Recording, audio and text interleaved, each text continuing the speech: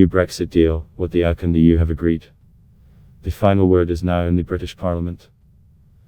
On Thursday, October 17, Boris Johnson and the EU representatives were to announce the result of the Brexit talks.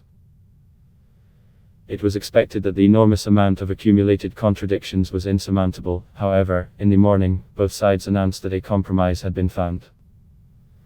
Soon, the European Commission posted as evidence the text of the agreement reached by the parties. This is not the end of the Brexit story. Johnson will have to draft the agreement through Parliament, but the markets reacted extremely positively to the breakthrough in the negotiations.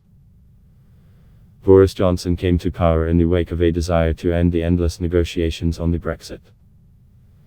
He promised his voters, rather lie dead in a ditch than ask the EU for another respite.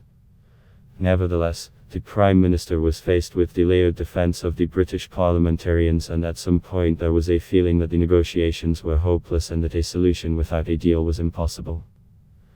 However, as it turned out, Boris Johnson is able to surprise. On Thursday, October 17, it was announced that an agreement was reached between the United Kingdom and the European Union. We agreed on a great new deal that returns us control over the situation. Now the Parliament must approve it on Saturday, and after that we can move on to other policy priorities, such as cost of living, healthcare, crime and the environment, commented the prisoner Johnson Steele on Twitter.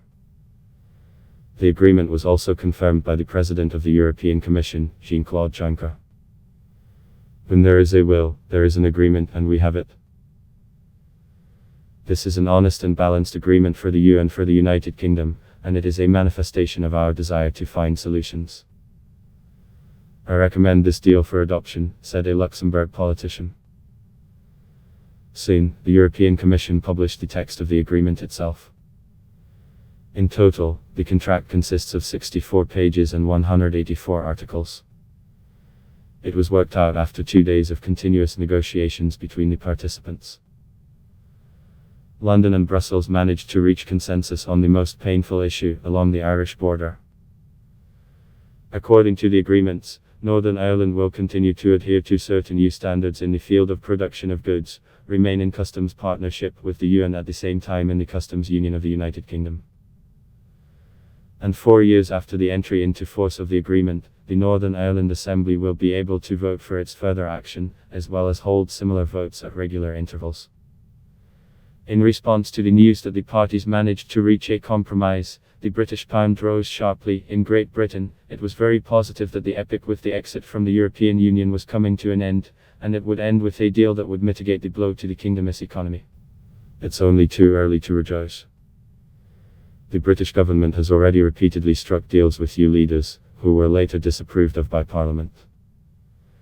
Therefore, it will be possible to speak with confidence about the success or failure of Boris Johnson's policy only on Saturday, when the vote on the agreement will be held. It is still difficult to say how it can end, because there is no clear party division. There are both Conservatives who vote against the deal, and Labourers who are in favour. In addition, much will depend on the will of small parties, such as the Ulster Unionist Party. In such a situation, recklessly draw any conclusions.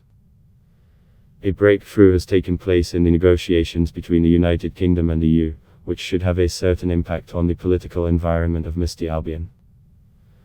Whatever the end of the October 19 vote, it is now clear that the coming days in Westminster will be hot. Too much is at stake for all participants in the process.